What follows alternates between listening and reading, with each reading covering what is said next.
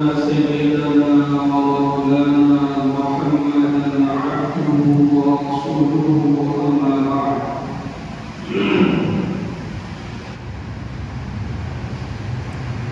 فأعوذ بالله من الشيطان الرجيم بسم الله الرحمن الرحيم وإذ ابتلى إبراهيم ربه بكلمات فأتمهن قال إني جاعلك للناس إماما قال ومن ذريتي قال لا ينال عهد الظالمين وقال ومن يتطوع عن ملة إبراهيم إلا من سفه نفسه ولقد اصطفيناه في الدنيا وإنه في الآخرة لمن الصالحين وقال تعالى واذكر في الكتاب إبراهيم إنه كان صديقا نبيا صدق الله العظيم وقال النبي صلى الله عليه وسلم ضحوا فإنها سنة أبيكم إبراهيم عليه الصلاة والسلام وقال ما من أيام العمل الصالح أحب إلى الله تعالى من هذه الأيام العشر أو كما قال صلى الله عليه وسلم بلائی نظر پیدا بڑی مشکل سے ہوتی ہے بلائی نظر پیدا بڑی مشکل سے ہوتی ہے ہوس چھوٹ چھوٹ کے سینوں میں بنا دیتی ہے تصویریں قابل احترام میرے بزرگوں بھائیوں عزیزوں اور دوستوں یہ ذی القعدہ کا مہینہ چل رہا ہے آج اس کی 27ویں تاریخ ہے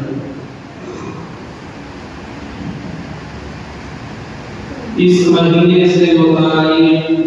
کچھ خاص باتیں بھی عرض کی گئی اور یہ بتایا گیا کہ حضور پاک صلی اللہ علیہ وسلم نے اپنی پوری زندگی میں جو 4 عمرے فرمائے وہ ماہ ذی القعدہ میں فرمائے اور یہ بھی عرض کیا گیا کہ رمضان کے مبارک مہینے کے بعد شوال ذی القعدہ اور ذی الحجہ اسے اشہر حج یعنی حج کے مہینے قرار دیا گیا ہے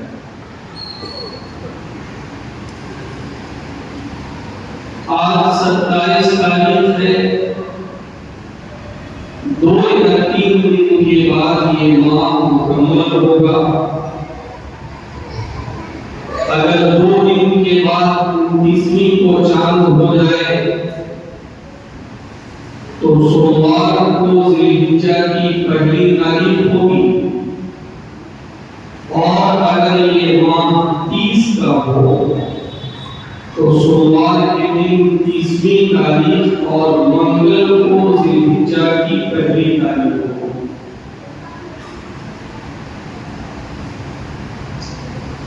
ذی الحجہ کا جو مہینہ ہے وہ بھی بہت اہمیت کا حامل اور خاص طور سے اس کے شروع کے جو 10 دن ہے اس سے متعلق بہت سارے احکامات ہیں ان احکامات کے ہم مخاطب ہیں اس لیے ان احکامات کی تفصیل جاننا ہمارے لیے ضروری ہے، لیکن اس سے پہلے جیسا کہ آپ کو پتہ ہے کہ تقریباً 3-4 ہفتوں سے حج کو عنوان بنا کر حج کی اہمیت و فضیلت اور خاص طور سے فریضہ حج کے سلسلے میں ہم سے جو کوتاہیاں ہوتی ہیں اس کی ادائیگی کے سلسلے میں ہم نے غلط فہمیوں کے شکار ہیں، اس کا تذکرہ آپ حضرات کے سامنے کیا گیا اور اس میں اس بات کی بھی وضاحت کی کوشش کی گئی کہ یہ جو عبادت ہے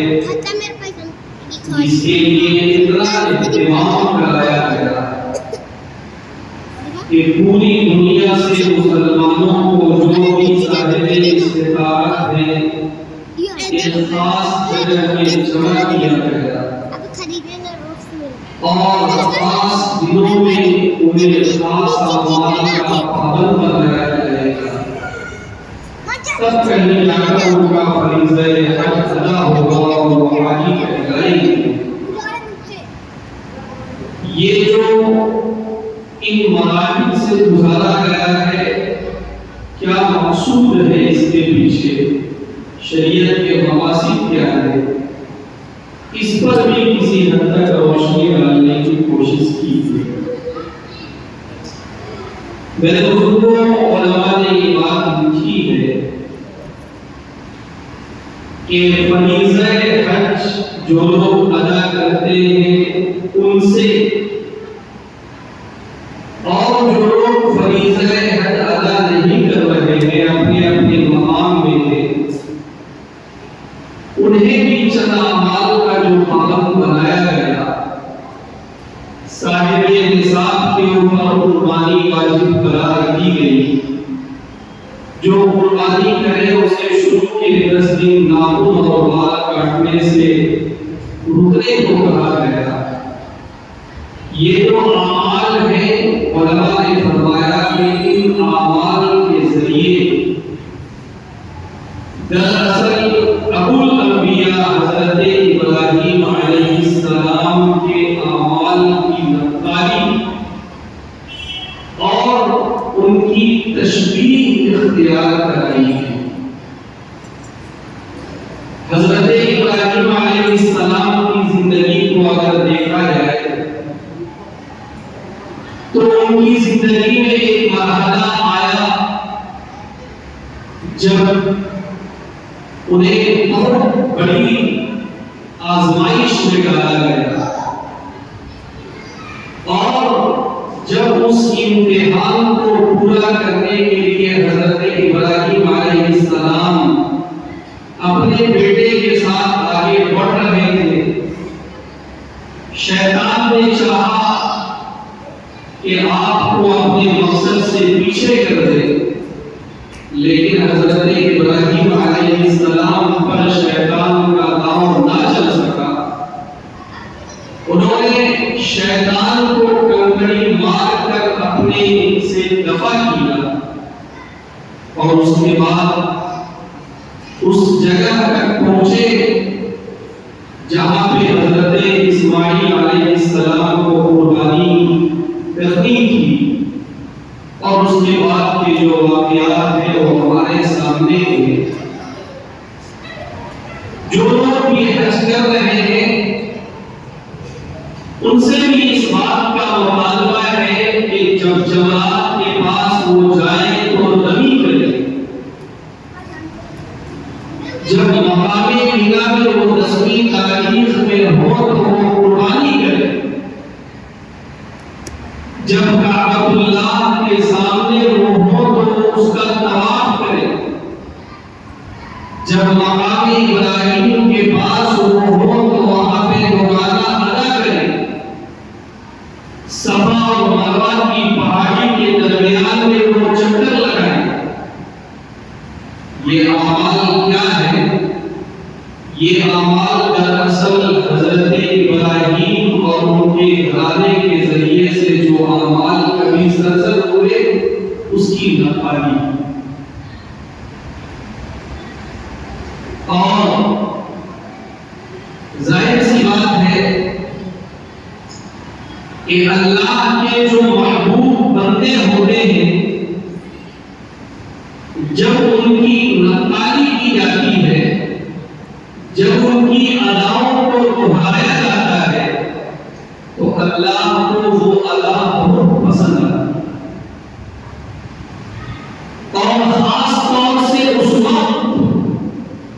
جب کہ خود اللہ نے یہ حکم دیا ہو کہ ان اداؤں کی نقالی کی جائے.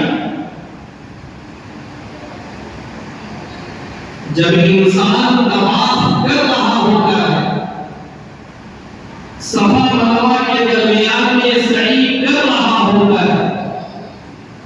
عرفات میں وقت گزار رہا ہوتا ہے، مزدلفہ اور منی میں اوقات گزار رہا ہوتا ہے، جمرات کے سامنے کنکڑی مار رہا ہوتا ہے، تو دراصل وہ ابو الانبیاء حضرت ابراہیم علیہ السلام اور حضرت اسماعیل علیہ السلام اور حضرت حاجرہ کی اداؤں کی نقالی کر رہا ہوتا ہے. اور اللہ کے ان مقبول بندوں کی جب نقالی کی جاتی ہے تو یہ ادا اللہ کو بڑی پسند ہے. حضرت موسیٰ علیہ السلام کے زمانے کا واقعہ ہے. ہو سکتا ہے اس واقعے میں بڑی مضبوطی نہ ہو روایت کے اعتبار سے، لیکن بہرحال ایک عبرت کا سامان اس کے اندر ہے. حضرت موسیٰ علیہ السلام کے زمانے میں ایک شخص تھا جو حضرت موسیٰ علیہ السلام کی طرح اپنا حلیہ بناتا، ان کی طرح کپڑے پہنتا، ان کی طرح انداز اختیار کرتا، ان کی طرح باتیں کرنے کی کوشش کرتا اور لوگوں کے درمیان میں ایک تماشا بنا. لوگ اس کی اداؤں کو دیکھتے اور مذاق کرتے اور ٹھٹھا کرتے اور ہنسی کرتے. حضرت موسیٰ علیہ السلام بڑے جلالی پیغمبر ایک موقع پر ایک قبطی ایک بنی اسرائیل پر ظلم کر رہا تھا، اسے مار رہا تھا. بنی اسرائیل نے آ کر حضرت موسیٰ علیہ السلام سے شکایت کی کہ حضور والا دیکھیں یہ ظالم میرے اوپر ظلم کر رہا ہے، مجھے مار رہا ہے. حضرت موسیٰ کو ایسا جلال آیا کہ آپ نے ایک بھوسا لگایا اور اسی میں وہ قبطی مر گئے. تو یہ جلال حضرت موسیٰ علیہ السلام کے اندر تھا. بہرحال حضرت موسیٰ کو جب پتا چلا کہ کچھ لوگ میرا مذاق اڑاتے ہیں، ایک شخص میری نقالی کرتا ہے، میری طرح لباس پہنتا ہے، میری طرح بات کرنے کی کوشش کرتا ہے اور لوگوں کے درمیان میں ایک تماشا کرتا ہے، حضرت موسیٰ نے ان کے حق میں دعا کی اور اللہ کا کرنا ایسا ہوا کہ جو بھی اس مذاق اور تمسخر میں شامل تھے وہ سب کے سب ہلاک ہو گئے. لیکن جو اصل گرو تھا، جو حضرت موسیٰ کی اداؤں کو اختیار کر کے ان کا مذاق اڑاتا تھا، وہ کہاں جا رہے؟ حضرت موسیٰ اللہ سے بات کیا کرتے تھے. حضرت موسیٰ نے کہا اللہ اصل گرو تو اب بھی باقی ہے، باقی لوگ تو اس کی اداؤں پر ہنستے تھے، مزہ لیتے تھے، اصل ظالم تو یہ شخص ہے، اسے کیوں نہیں ہلاک کیا گیا؟ جواب آیا کہ موسیٰ جو شخص میرے نبی کی اتباع کرے، میرے نبی کے لباس کی طرح لباس پہنے، میرے نبی کی اداؤں کو اپنائے، مجھے یہ بہتر نہیں لگا کہ میں اسے ہلاک کروں۔ اب آپ دیکھیں کہ ظاہری اعتبار سے بھی جس نے نبی کی اداؤں کو اختیار کیا وہ بہرحال ایک عذاب سے بچ گیا۔ تو میں یہ نقطہ عرض کرنا چاہ رہا ہوں کہ اللہ کے جو مقبول بندے ہیں، انبیاء کرام ہیں، صدیقین ہیں، صالحین ہیں، ان کی اداؤں کی جب نقالی کی جاتی ہے تو یہ ادائیں اللہ کو بہت پسند آتی ہیں۔ حج کا ایک اہم اور بنیادی مقصد یہ ہے کہ حضرت ابراہیم علیہ السلام کی اداؤں کی نقالی کی ہے۔ حضرت ابراہیم کون ہے؟ یقیناً آپ نے علماء سے ان کی زندگی کے بارے میں سنا ہوگا۔ ان کی زندگی کے مشہور واقعات قرآن پاک میں مذکور ہیں اور وقتاً فوقتاً ہم اسے سنتے ہیں، لیکن اسے بار بار دہرائے جانے کی ضرورت ہے تاکہ ان کی زندگی میں عبرت اور نصیحت کا جو پہلو ہے وہ ہر حال میں ہمارے سامنے ہو۔ ایک عجیب و غریب بات قرآن پاک میں جو کی گئی ہے وہ یہ ہے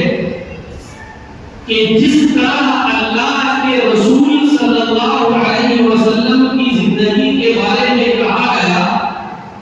کہ اے مسلمانوں، رسول اللہ صلی اللہ علیہ وسلم کی زندگی میں تمہارے لیے نمونہ موجود ہے۔ لقد كان لكم في رسول الله أسوة حسنة۔ ٹھیک اسی طرح کے الفاظ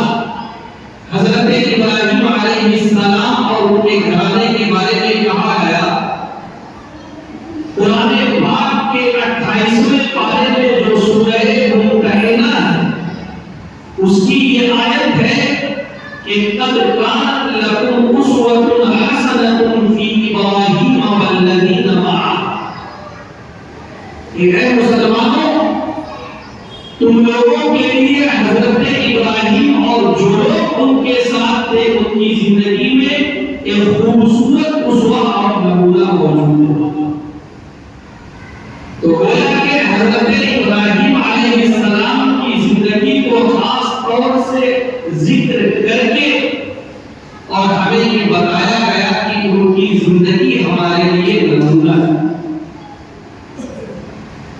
آپ اٹھائیں قرآن پاک، قرآن پاک میں جن نبیوں کے قصے کثرت کے ساتھ بیان کیے گئے ہیں ان میں حضرت ابراہیم علیہ السلام بھی، ان کے بچپنے کا قصہ قرآن پاک میں، ان کی جوانی کا قصہ قرآن پاک میں، ان کے اندھیرے عمر کا قصہ قرآن پاک میں، ان کے بڑھاپے کا قصہ قرآن پاک میں، ان کے آخر عمر کا قصہ قرآن پاک میں۔ گویا کہ ان کی پوری زندگی کو قرآن پاک میں احاطہ کیا گیا اور اس کی تفصیلات بیان کی گئی۔ میرے بزرگوں، ہم سب جانتے ہیں کہ اللہ تعالیٰ نے ہم انسانوں کی ہدایت کے لیے حضرات انبیاء کرام کو اس دنیا میں مبعوث فرمایا۔ حضرت آدم علیہ السلام اس دنیا میں آنے والے سب سے پہلے نبی اور حضرت محمد صلی اللہ علیہ وسلم اس دنیا میں آنے والے سب سے آخری نبی۔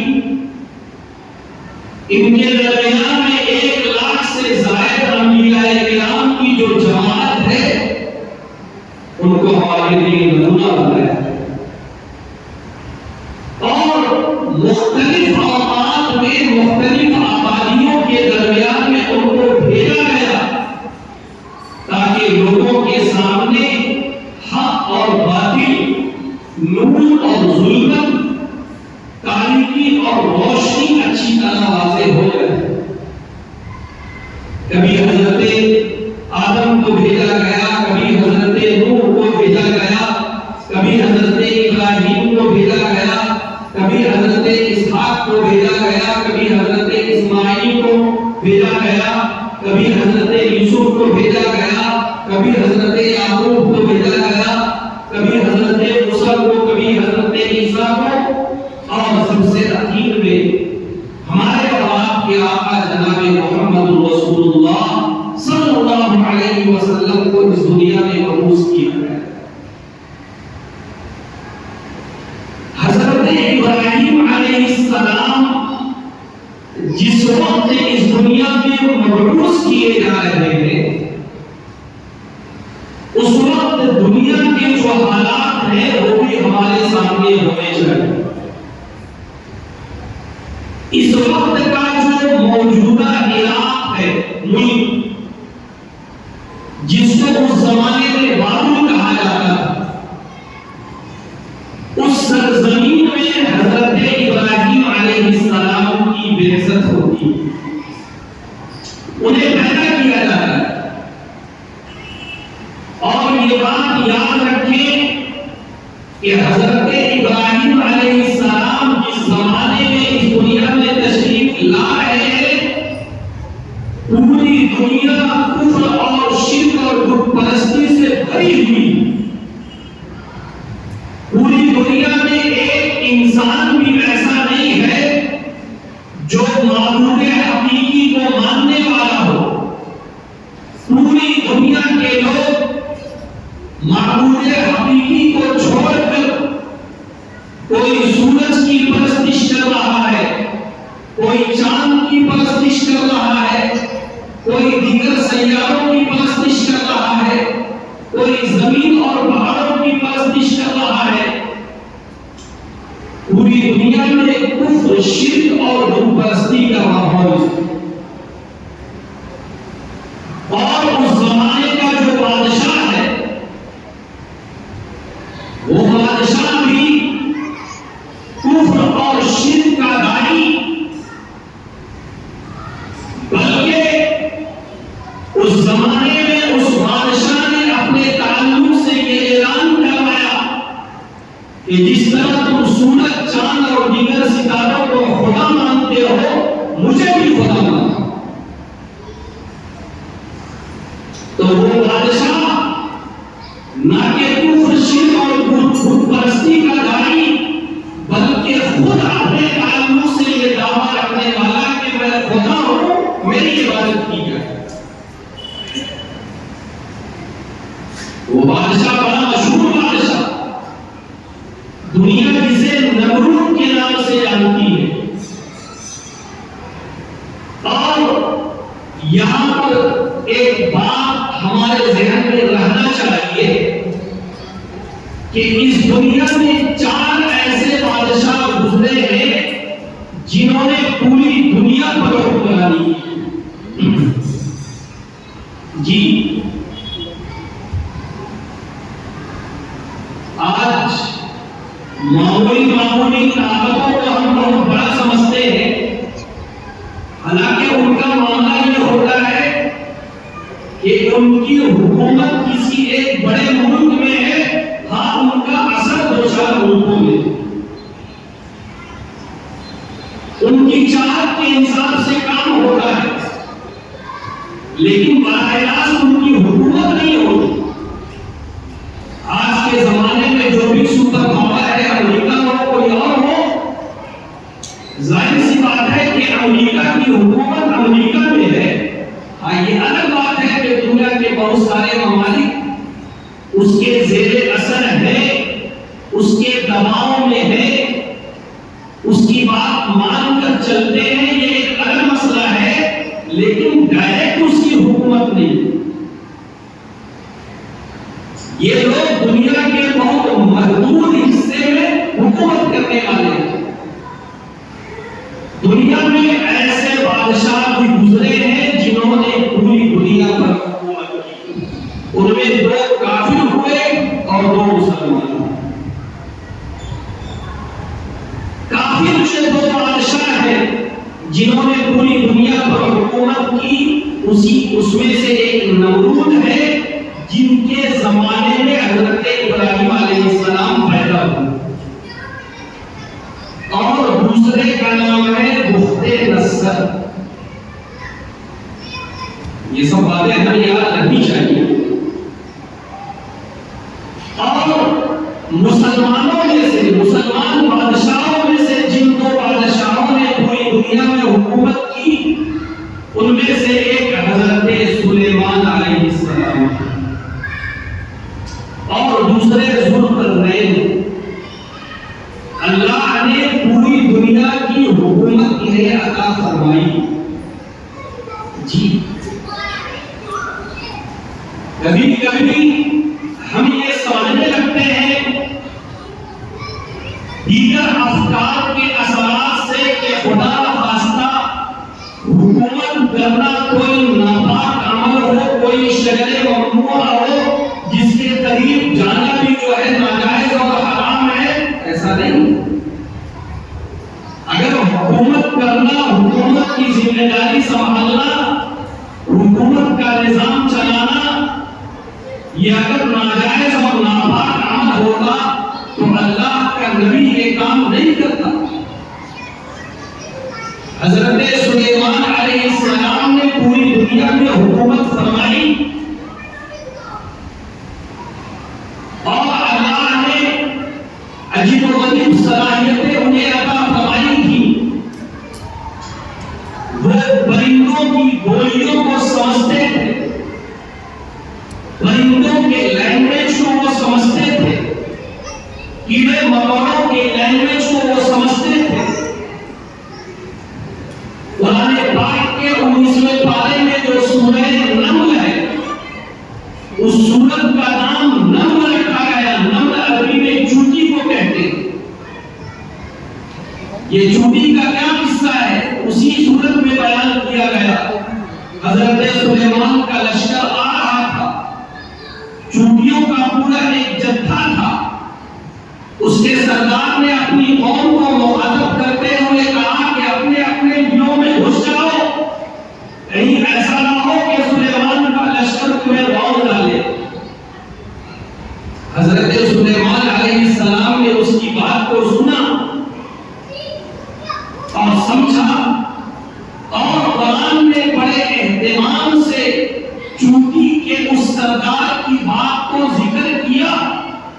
لا يحكمنكم سليمان وجنوده وهم لا يشعرون۔ قرآن نے اتنی اہمیت کے ساتھ چونٹیوں کے سردار کی بات کو اس لیے ذکر کیا کہ اس سردار نے اپنی قوم کی فکر کی، اپنی قوم کی جان کی حفاظت کی فکر کی، اور یہ اللہ کی طرف سے بنایا ہوا نظام ہے کہ اللہ کی مخلوق کی جو فکر کرے گا، اس کے جان کی فکر کرے گا، اس کے مال کی فکر کرے گا، اس کے ایمان کی فکر کرے گا، اس کے اعمال کی فکر کرے گا، اللہ کی طرف سے اس کی حفاظت کا انتظام کیا گیا۔ بات دوسرے طرف جا رہی ہے۔ میں یہ عرض کر رہا تھا کہ حضرت ابراہیم علیہ السلام کو جس زمانے میں بھیجا گیا وہ نمرود کا زمانہ تھا، اور نمرود کوئی چھوٹے سے گاؤں کا بادشاہ نہیں تھا، بلکہ نمرود اس وقت پوری دنیا میں حکومت کر رہا تھا۔ حضرت ابراہیم علیہ السلام نے اس ماحول میں آنکھیں کھولی، اور اس کے بعد حضرت ابراہیم علیہ السلام نے جیسی زندگی گزاری ہے، آج میرے بزرگوں ایک بہت بڑا مسئلہ یہ ہے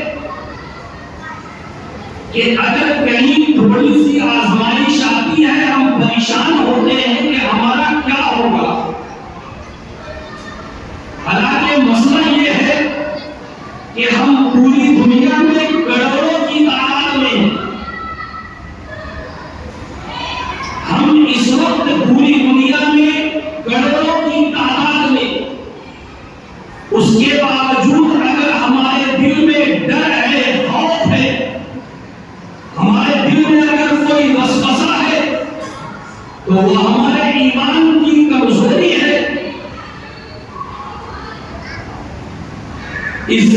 ہمیں حضرت ابراہیم علیہ السلام کی زندگی سے اگر سبق لینا ہے تو ایک اہم سبق یہ ہے کہ جو بھی اہل ایمان ہے، جس کے دل میں بھی ایمان ہے، جس کے دل میں بھی ایمان کا شعلہ ہے، جو بھی اللہ اور اس کے رسول پر ایمان رکھنے والا ہے، اسے ذرہ برابر خوف کرنے کی کوئی ضرورت نہیں ہے۔ پوری دنیا ہماری مخالفت میں آ جائے، دنیا کی حکومتیں ہماری مخالفت میں آ جائے، بڑی بڑی حکومتیں ہماری مخالفت میں آ جائے، لیکن یہ بات یاد رکھے کہ اللہ نے اسلام کو قیامت تک باقی رکھنے کا فیصلہ کر لیا ہے۔ قیامت اس وقت آئے گی جب اسلام ختم ہو جائے گا، جب مسلمان ختم ہو جائیں گے۔ اتنی بڑی تعداد میں ہم موجود ہو اور صاحب چھوٹے چھوٹے لوگوں اور چھوٹی چھوٹی حکومتوں کی دیگر تبدیلیاں ہمیں ڈرائے، اس وقت ہمیں اپنے ایمان کا جائزہ لینے کی ضرورت ہے۔ دیکھا جائے حضرت ابراہیم علیہ السلام کی زندگی کو، جس وقت انہیں نبوت عطا کی گئی اور یہ حکم دیا گیا کہ اللہ کی توحید کا اعلان اب لوگوں کے درمیان میں کیا جائے، انہوں نے اللہ کے حکم کے مطابق اپنی بات اپنے گھر والوں کے سامنے کی، اپنی بات اپنے محلے والوں کے سامنے کی، اپنی بات اپنے شہر والوں کے سامنے رکھا۔ لیکن مسئلہ یہ نہیں تھا کہ آپ کی باتوں کو قبول کیا گیا، آپ کا استقبال کیا گیا، آپ کے گلے میں ہار ڈالا گیا، آپ کے لیے پھولوں کا سیب سجایا گیا، نہیں۔ گھر والوں کے سامنے توحید کی بات رکھی، انہوں نے رد کیا۔ گاؤں والوں کے سامنے اللہ کے ایک ہونے کی بات رکھی، انہوں نے رد کیا۔ گاؤں والوں کے سامنے بتوں کی بے بسی دلیل قطعی سے ظاہر کی، پھر بھی وہ اپنی ہٹ گرمی پہ جمے رہے، اور یہی پر بس نہیں کیا بلکہ اس وقت کے اس ظالم و جابر بادشاہ جو نہ صرف یہ کہ کفر اور شرک کا داعی تھا بلکہ وہ خود اپنے آپ کو خدا کہلواتا تھا، آپ اس کے دربار میں بھی گئے اور آپ نے اس جابر وقت سے، بادشاہ وقت سے مناظرہ کیا، ڈیبیٹ کیا، بحث کی، مباحثہ کیا۔ آپ کہیں پر ڈرے نہیں، آپ کہیں پر جھکے نہیں، بلکہ اللہ نے توحید کی جو امانت آپ کو عطا کی تھی، اس کا اظہار اپنے گھر میں کیا، اپنے علاقے میں کیا، اپنے شہر میں کیا، اور اپنے وقت کے سب سے بڑے بادشاہ کے سامنے کیا۔ ریئیکشن کیا ہوتا ہے اس سے کوئی مطلب نہیں ہے، ہماری بات کون مانتا ہے کون نہیں مانتا ہے اس سے کوئی مطلب نہیں ہے، طرح سے ہماری بات کوئی مانے یا نہ مانے۔ جو اہل توحید ہے ان کا تو یہ شیوا ہوتا ہے کہ توحید تو یہ ہے کہ خدا حشر میں کہتے یہ بندہ وہ عالم سے کہا میرے لیے۔ یہ حضرت ابراہیم علیہ السلام کی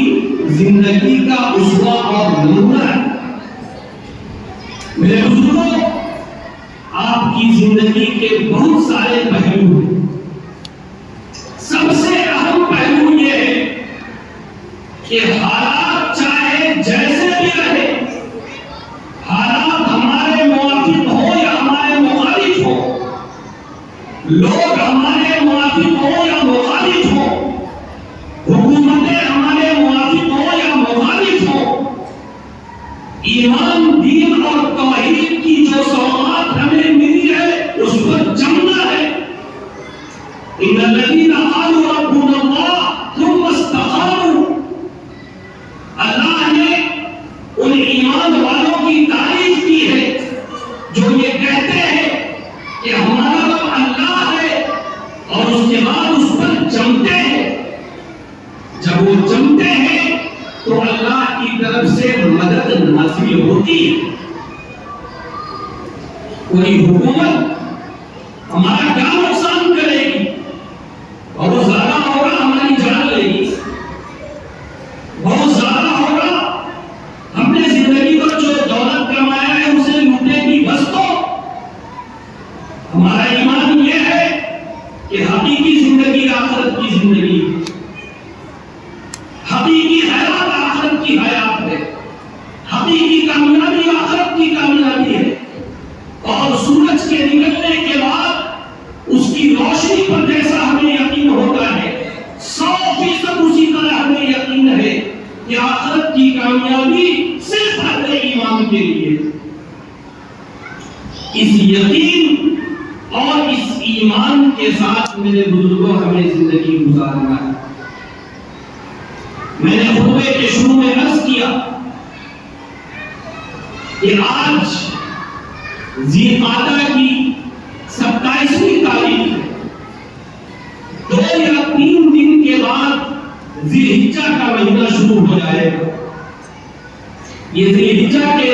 کا جو مہینہ ہے اور خاص طور سے اس کے شروع کے جو 10 دن ہیں، ذی الحجہ کو ذی الحجہ اسی لیے کہا جاتا ہے کہ حج جیسا عظیم فریضہ اس مہینے میں ادا کیا جاتا ہے۔ اس کے شروع کے 10 دن کی بڑی اہمیت قرآن پاک میں 30ویں پارے میں اللہ نے ایک موقع پر اس کے شروع کے 10 دن کی قسم کھائی۔ قرآن میں اللہ فرماتا ہے والفجر، قسم ہے فجر کے وقت کی، ولیال عشر، اور قسم ہے 10 راتوں۔ مفسرین کا بیان یہ ہے کہ یہاں پر اللہ نے جس 10 راتوں کی قسم کھائی ہے اس سے مراد ذی الحجہ کے شروع کے 10 دن جی۔ اور ایک اور بات تفسیر کی کتابوں میں مذکور ہے کہ حضرت موسیٰ علیہ السلام کو اللہ تعالیٰ نے جو طور میں بلایا اور مقصود یہ تھا کہ آپ کو کتاب دی جائے، توریت دی جائے، تو سب سے پہلے آپ کو پابند کیا گیا کہ آپ 1 مہینے تک یہاں پر رہیں، اللہ کی عبادت کریں، روزے رکھیں۔ اس کے بعد جب 1 مہینہ پورا ہونے کو تھا تو اللہ کی طرف سے مدت بڑھا دی گئی اور کہا گیا کہ 10 دن اور آپ کو اسی حالت میں رہنا ہے۔ وَوَعَدْنَا مُوسَىٰ 30 لَيْلَةً وَأَتْمَمْنَاهَا بِعَشْرٍ، کہ ہم نے موسیٰ کو ابتداءً 30 دن کا پابند بنایا کہ وہ طور میں آ کر ہماری عبادت کرے، روزے رکھے، اور اس کے بعد مزید 10 دن کا اضافہ کیا گیا۔ علماء کا بیان ہے کہ جس 1 مہینے کے لیے حضرت موسیٰ علیہ السلام کو بلایا گیا تھا وہ یہی ذی قعدہ کا مہینہ تھا، اور جو 10 دن کا اضافہ کیا گیا وہ وہی ذی الحجہ کے شروع کے 10 دن ہے جس کا اضافہ کیا گیا۔ تو گویا کہ اس کی فضیلت بہت پہلے سے ثابت ہے۔ اللہ کے نبی صلی اللہ علیہ وسلم نے ایک موقع پر فرمایا تھا کہ ما من ایام العمل الصالح احب الى اللہ من هذه الايام، کہ کوئی بھی ایسے دن نہیں ہے کہ جن دنوں میں اللہ کو عبادت کرنا اتنا پسندیدہ ہو جتنا کہ یہ ذی الحجہ کے شروع کے 10 دن۔ اس کے بعد اللہ کے نبی نے فرمایا کہ ان دنوں میں روزہ رکھنا رمضان کے روزے کی طرح ہے، اور ان ان راتوں میں عبادت کرنا شب قدر کی عبادت کی رات کی طرح ہے۔ اور خصوصی طور پر یہ فرمایا کہ اس مہینے کی جو نوی تاریخ ہوتی ہے، یعنی بقرعید سے ایک دن پہلے جو نوی تاریخ ہوتی ہے، جس کو یوم عرفہ کہا جاتا ہے، اس دن کی روزے کی فضیلت اللہ کے رسول نے یہ ارشاد فرمائی کہ اس کے ذریعے سے ایک سال پچھلا اور ایک سال اگلا گناہ معاف ہوتا ہے، یہ اللہ کے رسول نے فرمایا۔ تو میرے بزرگوں، یہ جو ایام آنے والے ہیں، ان ایام کی ہم قدر کرنے والے ہوں، جہاں تک ہو سکے ہماری نمازوں میں اضافہ ہو جائے، پنج وقتہ نمازوں کے علاوہ جو نوافل ہے ہم اس کا اہتمام کریں، تلاوت قرآن کا اہتمام کریں، صدقات کا اہتمام کریں۔ اگر ہو سکے اللہ توفیق دے تو پہلی تاریخ سے لے کر نویں تاریخ تک روزہ رکھیں۔ 10ویں کو نہیں رکھنا ہے اس لیے کہ وہ بقرعید کا دن ہے، عید اور بقرعید کے دنوں میں روزہ رکھنا حرام ہے، تو اس میں روزوں کا اہتمام کیا جائے۔ اور علماء نے ایک بڑی عجیب و غریب بات ارشاد فرمائی کہ یہ جو شروع کے 10 دن ہے، ایک عجیب و غریب بات اس میں یہ ہے کہ تمام عبادتیں اس میں جمع ہو جاتی ہیں، ورنہ کوئی ایسا موقع نہیں ہے کہ جہاں پر تمام عبادتیں ایک ساتھ جمع ہو جاتی ہیں۔ نماز ہر حالت میں پڑھنا ہے تو نماز تو آلریڈی موجود ہے ہی، روزے کی فضیلت ابھی بتائی گئی، اسی طرح ان دنوں میں اگر کوئی صدقات کا اہتمام کرے تو دیگر دنوں میں صدقہ کرنے سے زیادہ یہ فضیلت رکھتا ہے۔ اور جہاں تک حج کی بات ہے تو حج تو انہی دنوں میں ادا ہوتا ہے، اس کے علاوہ سال کے اور کسی دن میں حج ادا نہیں ہوتا ہے۔ تو گویا کہ یہ ایام وہ ہے جس میں اسلام کے اہم ارکان ایک ساتھ جمع ہو رہے ہیں، اسلام کی تمام عبادتیں ایک ساتھ جمع ہو رہی ہیں، اللہ کے بہت سارے بندے ایک خاص مقام میں جمع ہو کر اسوہ ابراہیمی کو ادا کر رہے ہیں۔ تو اللہ کا مطالبہ دنیا کے دیگر حصوں میں رہنے والے بندوں سے بھی ہے کہ تم بھی جہاں تک ہو سکے قربانی کر کے، تم بھی جہاں تک ہو سکے 10 دنوں تک اپنے ناخن اور بال کو نہ کاٹ کر حضرت ابراہیم کی اسوے کی پیروی کرو، تاکہ جو رنگ انہیں عطا کیا گیا تھا، جو مقام بلند انہیں عطا کیا گیا تھا، اس کا حصہ آپ کو بھی ملے۔ قرآن صاف لفظوں میں یہ کہہ رہا ہے کہ یہ دیکھو کہ ابراہیم کو جو مقام بلند عطا کیا گیا ایسے نہیں، ہم نے انہیں آزمایا۔ وَإِذِ ابْتَلَىٰ إِبْرَاهِيمَ رَبُّهُ بِكَلِمَاتٍ فَأَتَمَّهُنَّ۔ لوگوں اس وقت کو یاد کرو